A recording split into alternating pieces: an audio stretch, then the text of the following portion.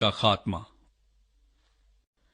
پھر خدا نے نوح کو اور کل جانداروں اور کل چوپایوں کو جو اس کے ساتھ کشتی میں تھے یاد کیا،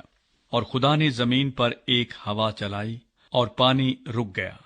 اور سمندر کے سوتے اور آسمان کے دریچے بند کیے گئے، اور آسمان سے جو بارش ہو رہی تھی تھم گئی، اور پانی زمین پر سے گھٹتے گھٹتے 150 دن کے بعد کم ہوا، اور 7ویں مہینے کی 17ویں تاریخ کو کشتی ارارات کے پہاڑوں پر ٹک گئی، اور پانی 10ویں مہینے تک برابر گھٹتا رہا، اور 10ویں مہینے کی پہلی تاریخ کو پہاڑوں کی چوٹیاں نظر آئیں، اور 40 دن کے بعد یوں ہوا کہ نوح نے کشتی کی کھڑکی جو اس نے بنائی تھی کھولی، اور اس نے ایک کوے کو اڑا دیا، سو وہ نکلا، اور جب تک کہ زمین پر سے پانی سوکھ نہ گیا ادھر ادھر پھرتا رہا۔ پھر اس نے ایک کبوتری اپنے پاس سے اڑا دی تاکہ دیکھے کہ زمین پر پانی گھٹا یا نہیں، پر کبوتری نے پنجہ ٹیکنے کی جگہ نہ پائی اور اس کے پاس کشتی کو لوٹ آئی، کیونکہ تمام روئے زمین پر پانی تھا۔ تب اس نے ہاتھ بڑھا کر اسے لے لیا اور اپنے پاس کشتی میں رکھا،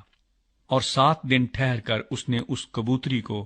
پھر کشتی سے اڑا دیا، اور وہ کبوتری شام کے وقت اس کے پاس لوٹ آئی، اور دیکھا تو زیتون کی ایک تازہ پتی اس کی چونچ میں تھی۔ تب نوح نے معلوم کیا کہ پانی زمین پر سے کم ہو گیا۔ تب وہ 7 دن اور ٹھہرا، اس کے بعد پھر اس کبوتری کو اڑایا، پر وہ اس کے پاس پھر کبھی نہ لوٹی۔ اور 600 پہلے برس کے پہلے مہینے کی پہلی تاریخ کو یوں ہوا کہ زمین پر سے پانی سوکھ گیا، اور نوح نے کشتی کی چھت کھولی اور دیکھا کہ زمین کی سطح سوکھ گئی ہے، اور دوسرے مہینے کی 27ویں تاریخ کو زمین بالکل سوکھ گئی۔ تب خدا نے نوح سے کہا کہ کشتی سے باہر نکلا،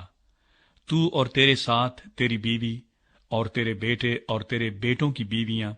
اور ان جانداروں کو بھی باہر نکال لا جو تیرے ساتھ ہیں، کیا پرندے، کیا چوپائے، کیا زمین کے رینگنے والے جاندار، تاکہ وہ زمین پر کثرت سے بچے دیں اور بار بار ہوں اور زمین پر بڑھ جائیں۔ تب نوح اپنی بیوی اور اپنے بیٹوں اور اپنے بیٹوں کی بیویوں کے ساتھ باہر نکلا، اور سب جانور، سب رینگنے والے جاندار، سب پرندے اور سب جو زمین پر چلتے ہیں اپنی اپنی جنس کے ساتھ کشتی سے نکل گئے۔ نوح قربانی چڑھاتا ہے۔ تب نوح نے خداوند کے لیے ایک مذبح بنایا،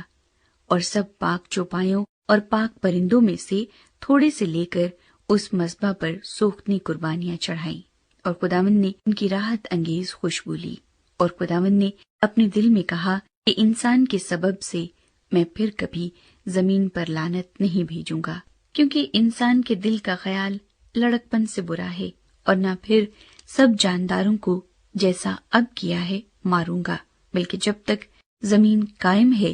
بیج بونا اور فصل کاٹنا، سردی اور تپش، گرمی اور جاڑا، دن اور رات موقوف نہ ہوں گے۔